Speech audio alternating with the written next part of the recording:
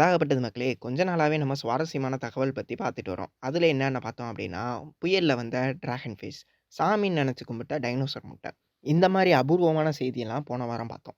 இன்னைக்கு என்ன சுவாரஸ்யமான தகவல் அப்டின்னா, ஒரு வித்தியாசமான ஆழ்கடல் சுற்றுலா தலத்த பத்தி தான் நம்ம இன்னைக்கு இந்த வீடியோல பார்க்க போறோம். பல்லாயிரம் வருஷத்துக்கு முன்னாடி கிருஷ்ணர் வாழ்ந்த பகுதியா சொல்லப்படுறது தான் இந்த துவாரகை பகுதி.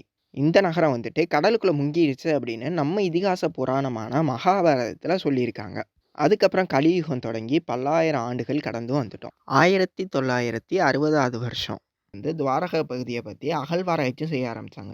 அந்த அகழ்வாராய்ச்சியிலேருந்து 500க்கும் மேற்பட்ட பழமையான பொருட்களும் அவங்களுக்கு கிடைச்சிச்சு.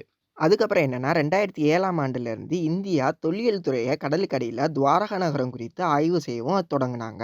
அந்த ஆய்வில் துவாரகா பகுதி பெரிய துறைமுகமாகவும் இருந்திருக்குன்றதை நிரூபிக்கும் வகையில் கல், நங்கூரம், கல் அமைப்புகளும் வெண்கலங்களும் செப்பு, இரும்பு, மண்பாண்டங்களும் கண்டுபிடிச்சிருக்காங்க. இத கார்பன் டேட்டிங் முறையில ஆய்வு செஞ்சு 7500 வருஷம் பழசானதுன்னு நிரூபிச்சிருக்காங்க. இந்த சூழல்ல துவாரகர் நகர நீருக்குள்ள போய் ஆய்வு செய்யும் விதமா ஆன்மீக சுற்றுலா திட்டத்தையும் குஜராத் அரசு கொண்டு வரதுக்கு முயற்சி செஞ்சுட்டு இருக்காங்க. இது குறித்த செய்தியை குஜராத் சுற்றுலா முதன்மை செயலாளர் ஹரிக் சுட்லா அரபிக்கடல்ல முங்கி இருக்கக்கூடிய துவாரகா பகுதியை பார்வையிடுறதுக்கு சிறப்பு நீர்மூழ்கி கப்பலும் தயாரிக்கப்பட்டுக்கிட்டு இருக்கு நம்ம மும்பையில்.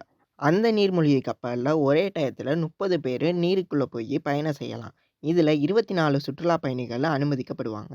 அவங்களோட 2 மாலுமிகள், 2 நீச்சல் வீரர்கள், 1 வழிகாட்டி, 1 தொழில்நுட்ப நிபுணர் இப்படின்னு கணக்கு பண்ணி 30 பேரை கடலுக்கு அடியில் அனுப்பி அந்த துவாரகா பகுதியை பார்வையிடுறதுக்கு முயற்சி செஞ்சுக்கிட்டு இருக்காங்க.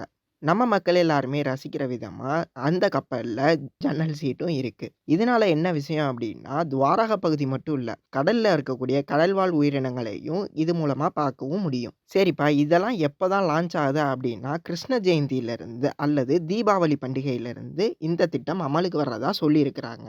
இதே மாதிரி விஷயங்கள் நம்ம தமிழ்நாட்டுக்கும் வந்துச்சுன்னா, கடலுக்கடியில் இருக்கக்கூடிய பூம்புகார் பகுதியும் தனுஷ்கோடி பகுதியும் எப்படி இருக்குன்னு நம்ம பார்க்கலாம். அவ்வளோதாங்க இந்த வாரத்துக்கான செய்தி. இந்த செய்தியை உங்கள் அக்கம் பக்கத்தில் இருக்கவங்களுக்கும் ஷேர் பண்ணி விடுங்க, அவங்களும் தெரிஞ்சுக்கிறட்டும்.